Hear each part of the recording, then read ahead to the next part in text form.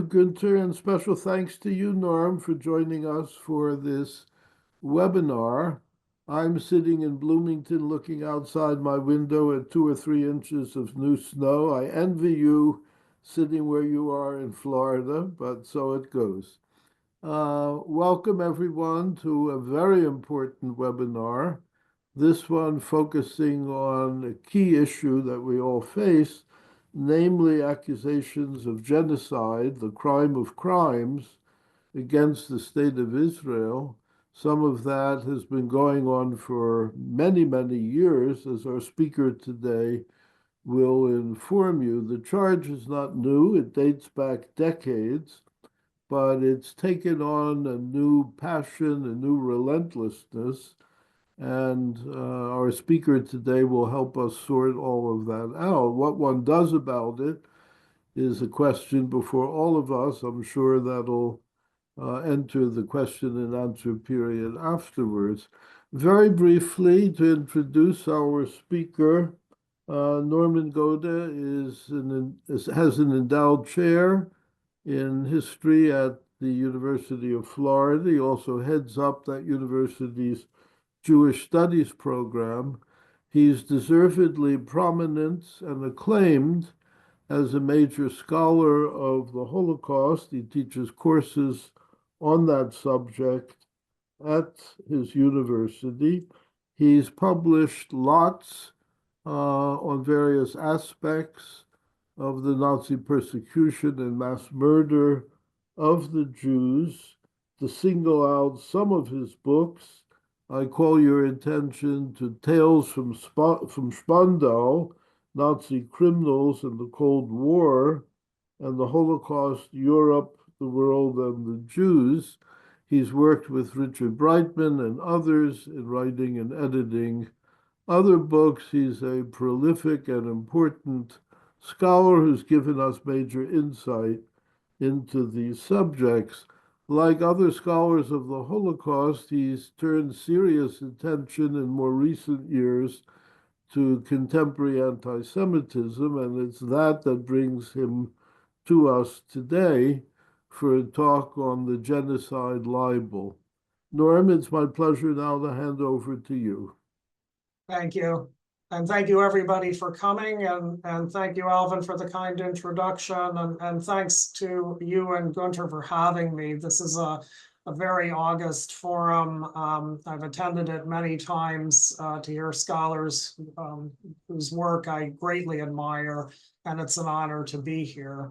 And I hope that this is interesting.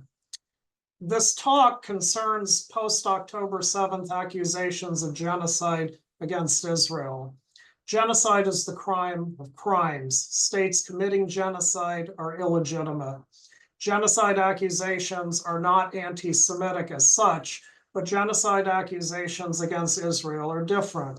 First, Israel has been accused of genocide pretty much throughout its existence. Second, the speed and fury with which the accusations exploded after October 7th are unusual in the annals of lawfare, as is the effort to redefine genocide to broader constitutive elements.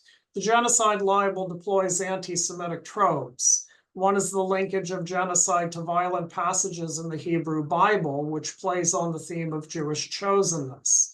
Another is the coupling of the anti-Semitism accusation, of the genocide accusation, with deliberate killing of children. A third is the attribution of powers to Israel and the Jews, by which they fool their lackeys into thinking that Israel's actions are legitimate. A fourth is the association of all Jews with the crime. We're all in on it, as Zionist enablers, backroom lobbyists, and community leaders who weaponize the charge of anti-Semitism. Other genocide charges have not targeted Hutus living in Belgium or Serbs living in Germany, but the genocide libel drives rage against Jews worldwide.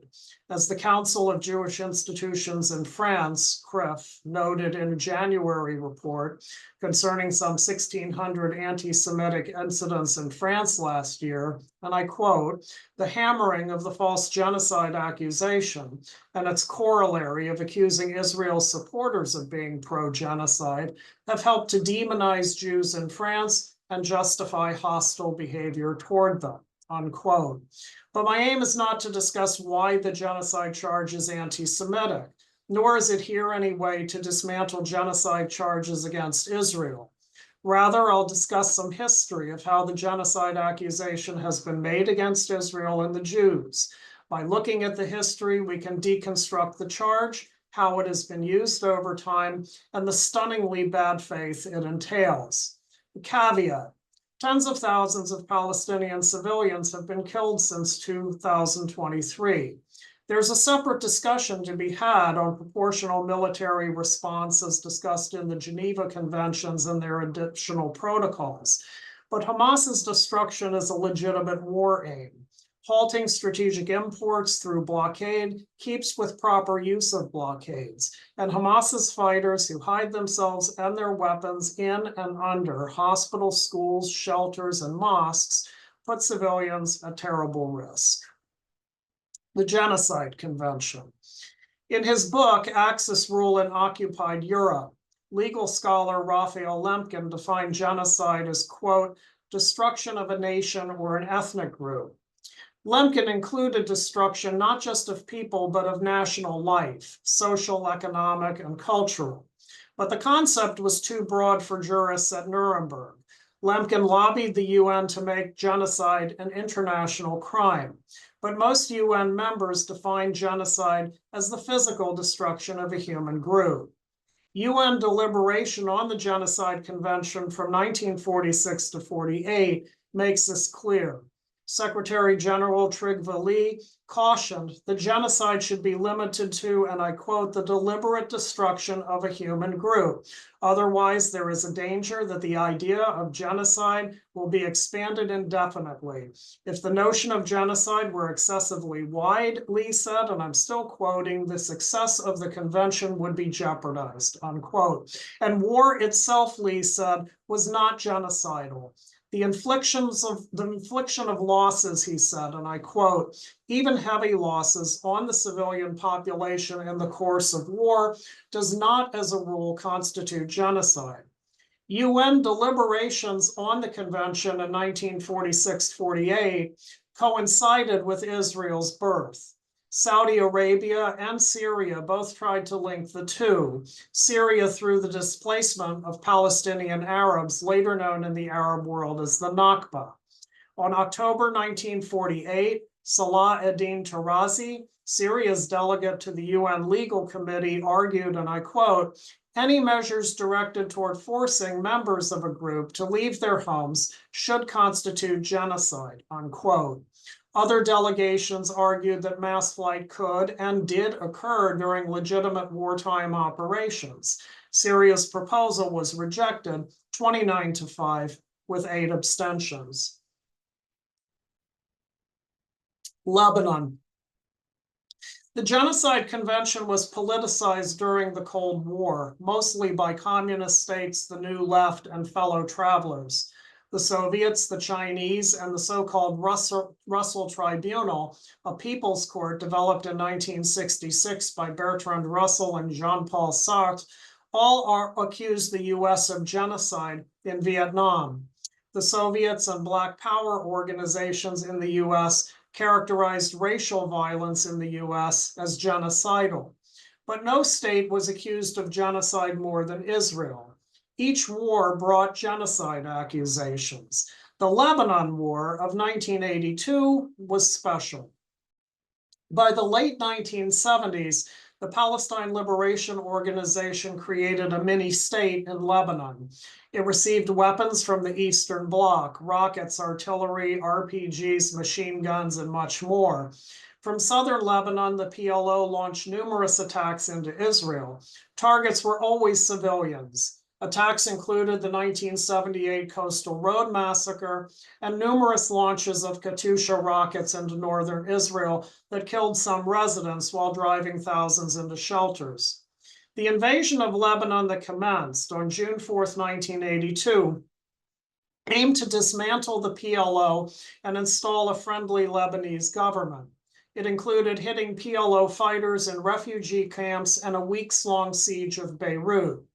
Genocide accusations against Israel flooded the UN General Assembly's special emergency session on the question of Palestine, which convened on June 28th.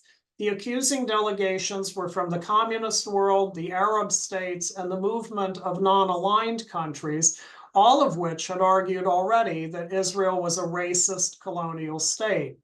The genocide accusation was war by other means, representing inability to aid the PLO and as an expression of solidarity. As Lebanese Representative Ghassan Touaini put it, and I quote, "So many speakers have described the Holocaust and genocide in Lebanon. May I say how grateful we are for such manifestations of friendship." But the statements were laced with anti-Semitism. Today, the Gaza Ministry of Health inflates casualty figures, especially regarding women and children. In 1982, there was similar inflation. PLO Chairman Yasser Arafat claimed that there were 49,600 civilian dead.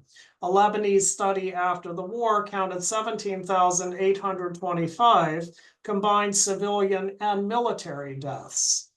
PLO Representative Zudi Terzi was the first to speak at the UN. The Israelis, he said, victimized nearly 1 million children in Lebanon as a primary war aim. Others took the cue. The trope of blood appeared repeatedly.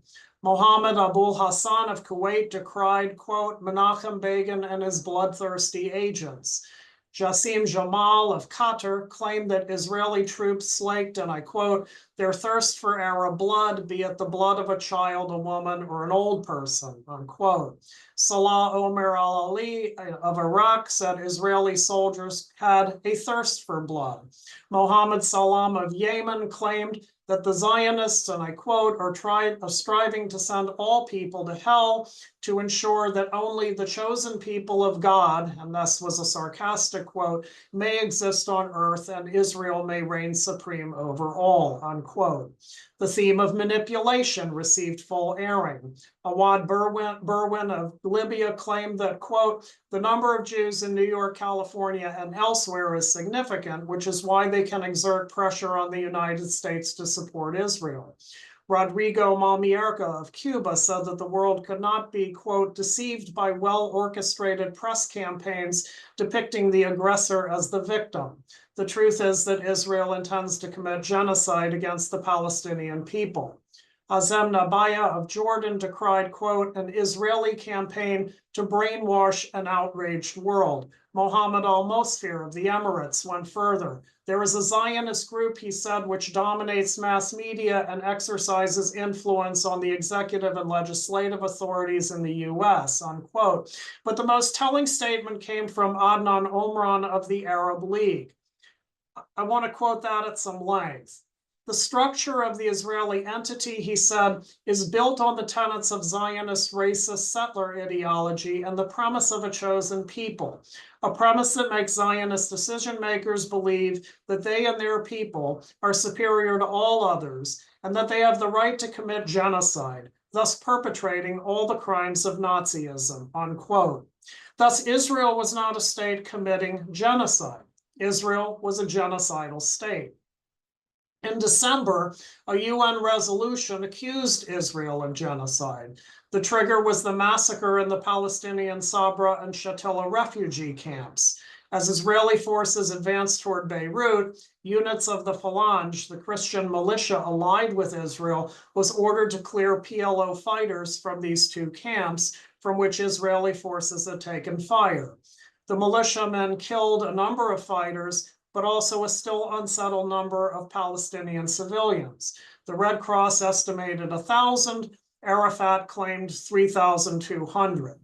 While the Israelis were conducting their own investigation, Resolution 37/123D of December 1982 stated that the massacres were an act of genocide.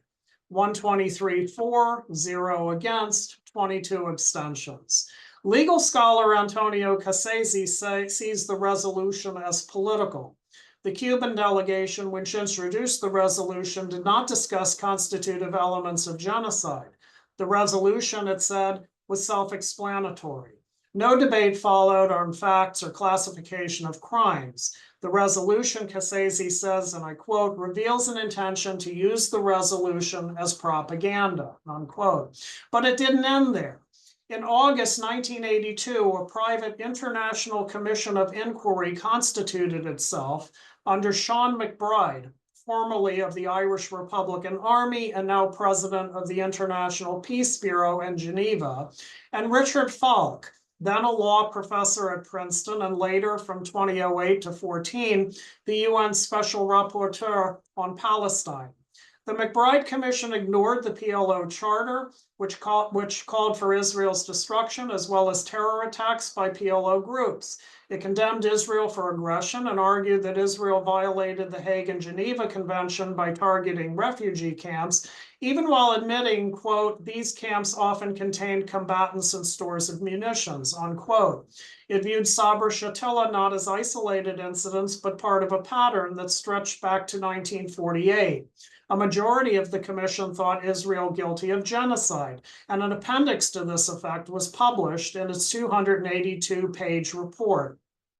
The MacBride Group actually contradicted UN General Assembly debates, claiming, and I quote, this particular form of genocide does not appear to be aimed at killing the Palestinians in systematic fashion, unquote.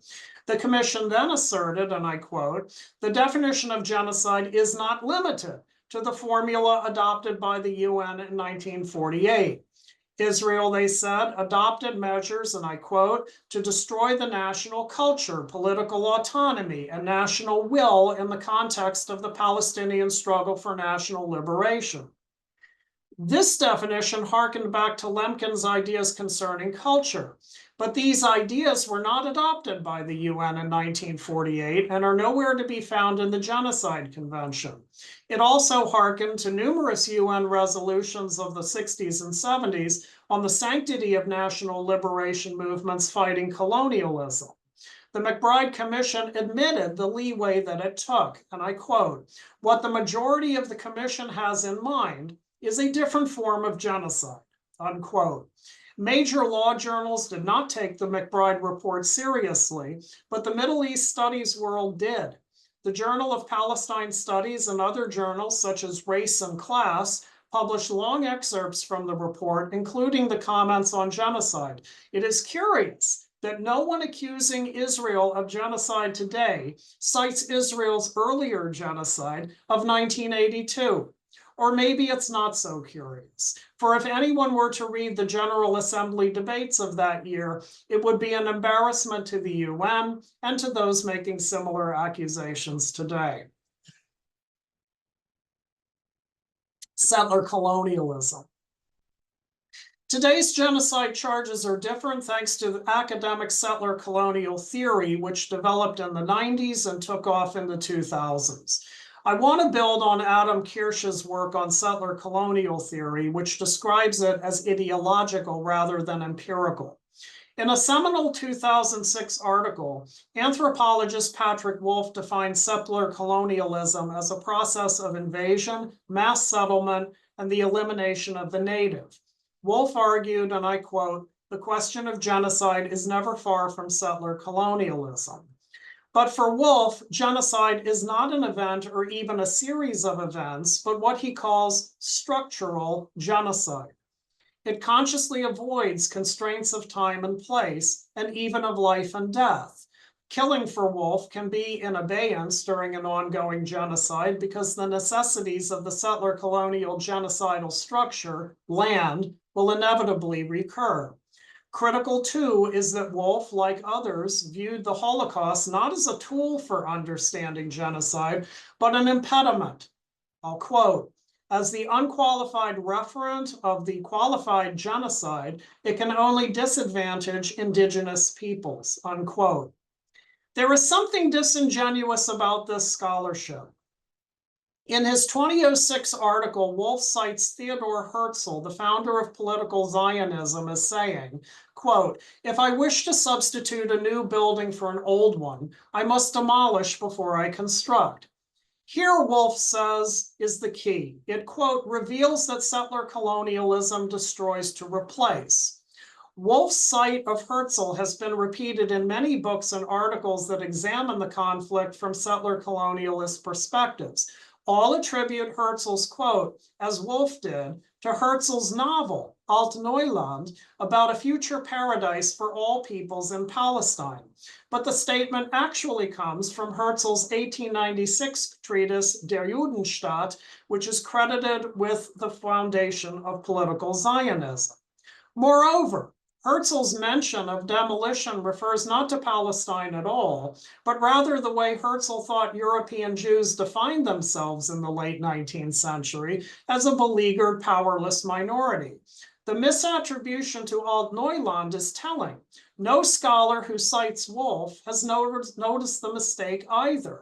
Despite their conviction that Zionism is today's most pernicious settler colonial doctrine, and despite the belief that the evidence for Zionism's genocidal impulse lies in the foundational texts of political Zionism, no scholar citing Wolff's version of Herzl has bothered to read the text for themselves. Settler colonial theorists, it would seem, do not need to do so.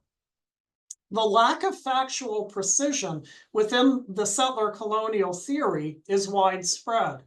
Lorenzo Verascini is today's doyen of settler colonial theory.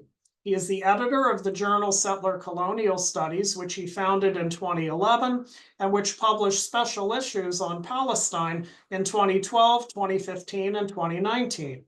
In what Verascini calls, quote, a densely argued essay, unquote, on Israel and settler colonialism, Verascini calls for, quote, privileging the theoretical over the empirical, unquote, a phrase which should make any scholar wince.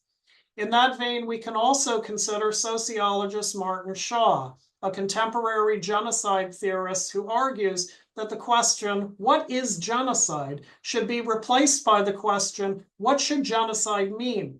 The constitutive criminal element, Shaw says, mass killing and intent are actually misleading. Genocide ought, Shaw says, be defined by asymmetrical social structures. Thus, Shaw's complaint from last January in an article on Gaza titled Inescapably Genocidal, that the Genocide Convention allows, quote, defenders of Israel's violence to argue that the criteria have not been met because they can hew closely to a tick box exercise, unquote. What matters for Shaw is not intent, casualties, or case law from previous genocide cases, but the crippling of Gaza, which he says provides, quote, scope for a sociological concept of genocide that is broader than the legal definition. So defined, genocide becomes the only crime in the corpus of international law where mens rea, the guilty mind, and actus reus, guilty act, are irrelevant. The idea of structural genocide can be applied more broadly than one thinks, even to the Hebrew Bible. The killing of the Canaanites and the Amalekites in the books of Joshua and Samuel, and references to them in Exodus and Deuteronomy, serve as a base. Marxist scholars weighed in long ago. G.E.M. de Sainte-Croix, a historian of antiquity, wrote in 1981, and I quote, I know of only one people which felt able to assert that it had a divine command to exterminate whole populations, Israel. It is an oft-cited quote in the settler colonial anti-Zionist genre. Noor Masalha, a Palestinian sociologist who has crashed the world of biblical study, argues that the conquest narrative of the Canaanites serves as, quote, a guide to Israeli state policy toward the indigenous inhabitants of Palestine. Activist scholar Bruce Fisk argues that the Canaanite genocide must be in conversation with the Nakba. This is background to the obsession with Israeli Prime Minister Benjamin Netanyahu's mention of Amalek in a speech of October 28, 2023. Netanyahu quoted from Deuteronomy 25:17, remember what Amalek did to you. Suddenly, Deuteronomy 25:17 became the rage, proof of Israel's genocidal intent. the electronic intifada decried Netanyahu's invocation of the genocidal biblical story of Amalek. Writing for Al Jazeera, historian Raz Siegel called it, quote, a crude and dangerous weaponization of religion. And in January 2024, Deuteronomy 25:17 weirdly became a major pillar of South Africa's genocide accusation against Israel before the International Court of Justice. There's a lot to unpack here, but let's note this. Whatever one thinks of Netanyahu, his October 28th speech mentions several figures in ancient Jewish history, including Judah Maccabee and Bar Kokhba, both of whom rebelled against colonial rule. Netanyahu also reminded listeners that the IDF worked to avoid harming non-combatants. Those who cite the speech as incitement to genocide do not mention these passages, but there's more. In January 2010, on Holocaust Remembrance Day, Netanyahu from Auschwitz-Birkenau referenced Amalek when discussing Iran, which was developing nuclear capability while denying the Holocaust. The anti-Zionist website Mondovice predicted, this would seem to prescribe genocide for Iran. It's been 15 years. The Iranian genocide never happened. Meanwhile, if one wants to know how the genocide accusation is anti-Semitic, one can begin with the accuser's insistence that Judaism itself is genocide.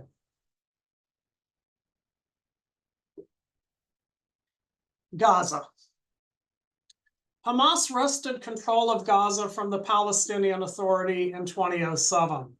With help from Iran, it smuggled weapons and related goods by sea and through a tunnel network, which traverses Gaza and reaches into Egypt's Sinai Peninsula. Even before Hamas took control, it launched rocket attacks and small ground operations against Israel. Israel responded in 2007 by closing the Israeli crossings into Gaza, and in 2009 with a naval blockade. Both aim to halt flow of strategic materials, concrete, fuel, weaponry, and so on. The blockade is unprecedented owing to its duration. The 1977 protocols to the Geneva Conventions prohibit starvation of civilians as a war aim, but starvation was never a real issue. The UN's own figures show that in 2009, 25,000 truckloads of food entered through all crossings, 17,000 of them through Keren Sholem. In 2016, 88,000 truckloads of other commodities crossed through Keren Sholem alone. A 2010 report by the UN Secretary General's panel of inquiry said that the naval blockade was legal self-defense, and it applauded Israel's easing of the land crossings. Regardless, the current genocide libel began in 2007 with the blockade. Activists labeled it, and I quote, a slow genocide. Articles appeared with titles like Israel's Slow Motion Genocide, A Slow, Steady Genocide, European Collusion in Israel's Slow Genocide, and so on. The most important essay was by Richard Falk, co-author of the McBride Report and soon-to-be Special Rapporteur for Palestine. Falk's 2007 article, Slouching Toward a Palestinian Holocaust, argued that the blockade was a Holocaust in the making. Falk's work got the attention of Omar Barghouti, the Palestinian activist who emerged as head of the Boycott, Divest, Sanctions movement. In his 2011 book, BDS, Barghouti cites Falk along with settler colonial theory and his own reading of the Genocide Convention to discuss what he calls, and I quote, Israel's hermetic siege of Gaza, designed to kill, cause serious bodily and mental harm, and inflict conditions of life calculated to bring about gradual physical destruction. This, Barghouti says, qualifies as an act of genocide, if not yet all-out genocide. The Global Hunger Index, a peer-reviewed annual report prepared by several entities, did not mention Gaza in 2011 when Barghouti was writing, or in years hence. In fact, Gaza's population grew 2 to 3% each year. The GHI uses metrics such as the percentage of population undernourished and child stunting, not used by NGOs such as Oxfam, which today accuses Israel of causing a famine. More to the point, while slow genocide can fit under the Genocide Convention's mention of conditions that can lead to the destruction of a group, the framers had the Warsaw Ghetto in mind, where mass death by starvation actually occurred within a year of the ghetto's creation. Those charging genocide also began working on the accusation from the first of the Gaza wars, Operation Cast Lead in 2008-09. Most attention after Cast Lead went to the UN-sponsored Goldstone report, named for the South African Jewish Justice, Richard Goldstone, who headed the fact-finding mission.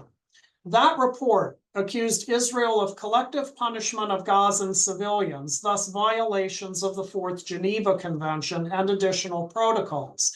Later, after examining Israeli targeting, Goldstone retracted these accusations.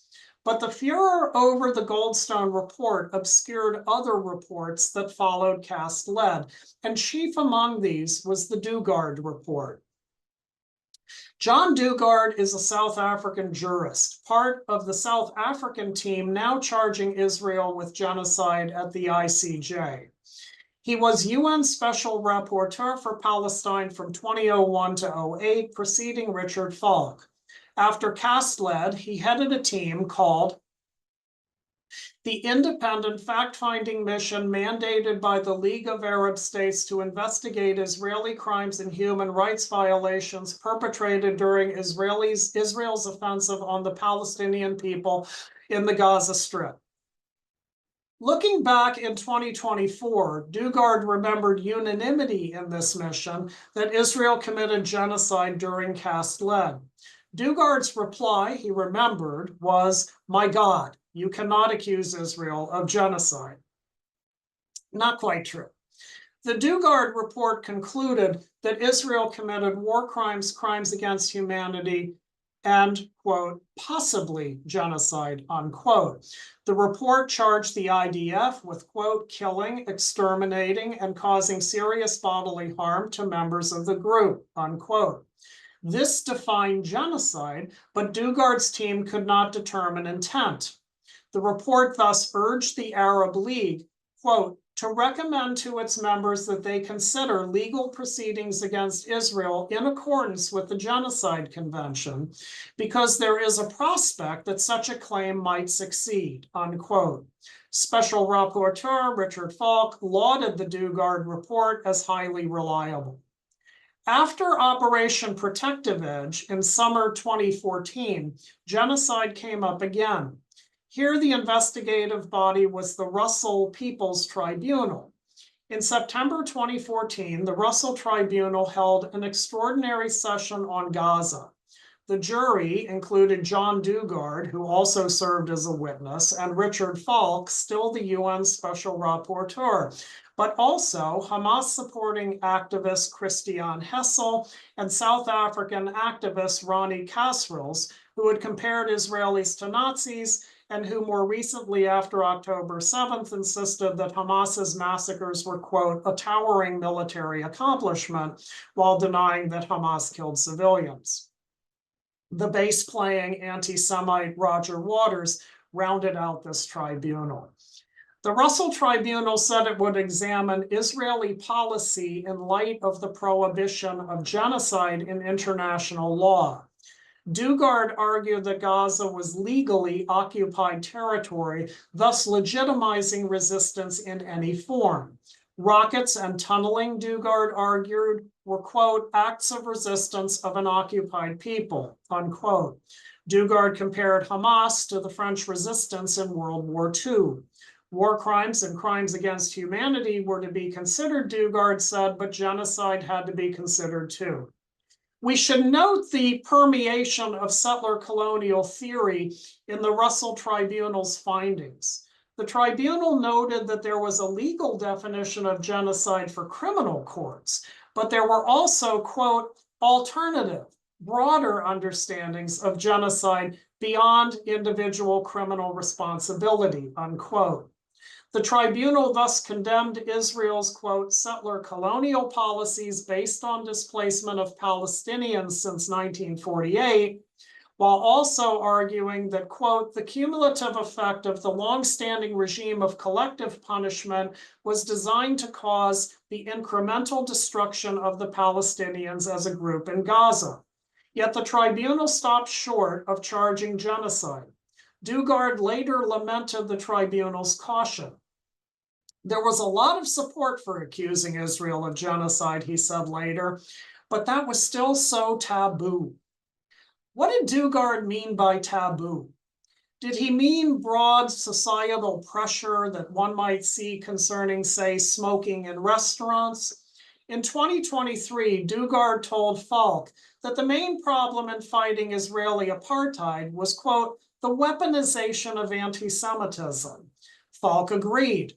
The working definition of anti-Semitism by the International Holocaust Remembrance Alliance, which lists libelous falsehoods concerning Israel, but not normal critique of Israel as anti-Semitic, was a cudgel. Zionists, Falk said, had, quote, a powerful punitive tool to deflect pro-Palestinian activism by branding adherents as anti-Semites. In other words, for Dugard, it was the Jews who were the impediment to truth. Thus, in 2024, despite the carnage in southern Israel and in Gaza, Dugard was quite pleased. It's a relief, he said, to say what it is. Israel is committing genocide, unquote.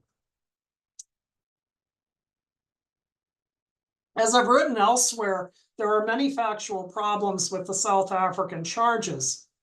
But the point I wish to make is that today's genocide accusation represent years-long efforts by UN special rapporteurs, post-colonial scholars, BDS activists, and NGOs, and anti-Semitic tropes remain. Recently, the Electronic Intifada complained, and I quote, UN lets Israel's child killers off the hook, unquote. In 2024, the same website posted tales of Israeli soldiers executing 4-year-old children. The Palestine Global Mental Health Network argues, and I quote, children are directly targeted, many deliberately shot in the head. Many stories discuss Zionist manipulation of discourse in the US and Europe aimed at hiding the ongoing genocide. Many use the structural interpretation.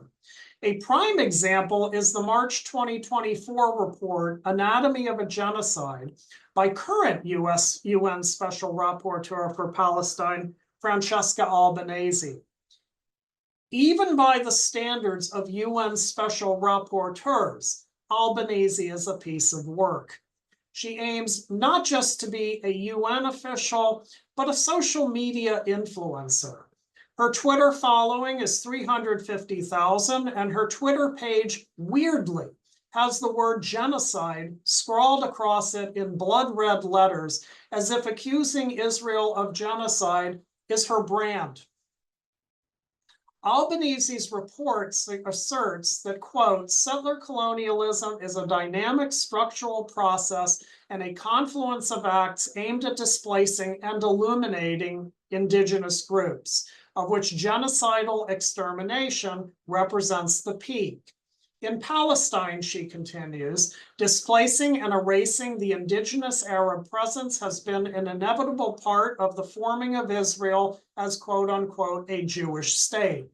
By using this structural model, Albanese can tie the Nakba to the current Gaza war, thus rolling Israeli history into a formulaic genocidal whole.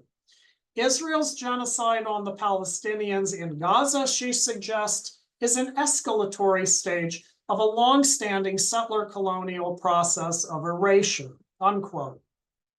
Another recent report is Amnesty International's December 2024 treatise subtitled Israel's Genocide Against the Palestinians in Gaza. Amnesty concludes that Israel's military responses to October 7th are disproportionate and target civilians. For Amnesty, this makes the war genocidal. But these allegedly disproportional acts, also said to have targeted civilians, were, according to the 2009 Goldstone report, breaches of the Fourth Geneva Convention, war crimes. Amnesty charges Israel with genocide and genocide alone. Why were the same alleged infractions, war crimes, in 2009 and genocide and only genocide in 2024? Activism combined with social media today is an all or nothing game. Big on slogans, light on precision. The 2014 Gaza war saw nearly 50 million Twitter posts. TikTok, the online video platform, was launched in 2017. The 2-week 2021 Gaza war was called the TikTok Intifada. Hashtag Palestine had 27 billion with a B views. An example of the effect. Last July, Francesca Albanese claimed on Twitter that the Israelis had killed not 37,000 civilians in Gaza, the inflated number from the Gaza Health Ministry, but 186,000. This figure came from phantom arithmetic in a letter published in the British medical journal, The Lancet, which claimed additional deaths at a ratio of 4-to-1. Albanese's post was seen over 607,000 times. The 186,000 number was soon trumpeted by Al Jazeera, The Guardian, and similar outlets. A corollary here, and I'm coming to a close, is the slogan that emerged in early 2024 in demonstrations, social media, and news platforms. The slogan, "It's not complicated, it's genocide." The connection between settler colonial theory and genocide is indeed not complicated because it avoids complexity. Meanwhile, "it's not complicated" discourages discussion of the Genocide Convention, case law in genocide trials, the efficacy of settler colonial theory, and the entire history of the conflict, including terror attacks, failed peace negotiations, intifadas, suicide bombings, rocket launches, kidnappings, Hezbollah, Iran, the Hamas Charter, October 7th, and much more. Anyone who raises these things is now an apologist for genocide because genocide is not complicated. Concluding, what can be done about the genocide libel? The glass half empty answer is that this horse has bolted the barn. The genocide accusation has further delegitimized Israel and indeed most Jews in a way that their opponents could once only have dreamed. The glass half full argument is a little better. The war will end, most Hamas leaders will be dead, rebuilding will commence, and hopefully moderation can prevail. Arguments linking Israel and genocide are born of a fever that might break. But more importantly, they are written, metaphorically speaking, in crayon. Arguments written with sharp pencils might just carry the day if that day ever arrives. Thank you.